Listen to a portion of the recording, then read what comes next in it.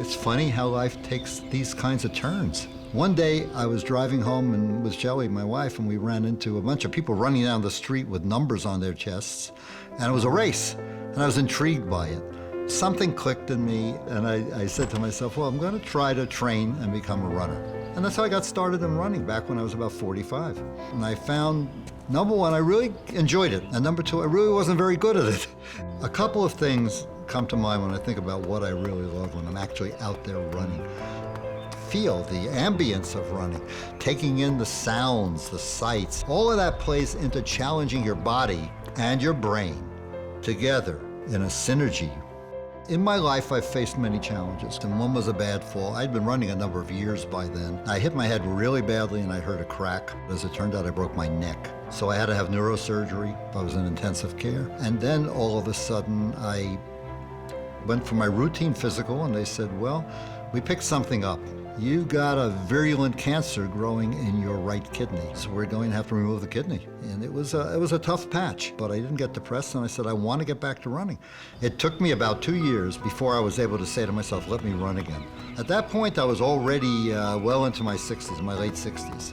And one thing I used to enjoy doing was watching the New York City Marathon and marvel at what these people did. I mean, it was just a thrill to see these runners. And of course, there's obviously no way I will ever run a marathon. To me, it was something impossible.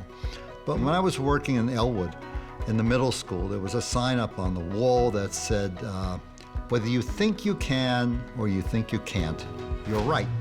And it was intended for the kids, but it stuck in my brain. What if I could run a marathon? What would I have to do? And I did some reading and I did some research. And I was starting to train myself to run the marathon. I started to say, I think I can. Now, to get into the marathon last year was almost impossible. You couldn't just get in. But if you raised money for a charity, if you were guaranteed entry.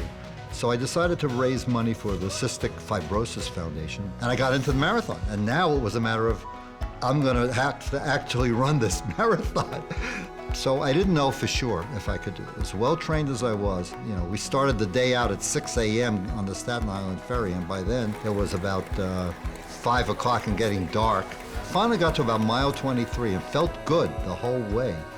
I said, I got this. Ron, you got this. If you have to crawl on your hands and knees, you are crossing that finish line. And it was a fabulous feeling. I can't describe how fabulous it felt. The New York Roadrunners that sponsors the marathon took a picture of me at the finish line like this, and they superimposed age is just a number on it, and they sent it out to all 25,000 finishers. I was thrilled that I could do it. But what really impressed me were comments people made when I put it up on Facebook. The most frequent comment was, you really inspired me. I'm 60 and never thought I could run a marathon, and if you did it at 76, I can do it.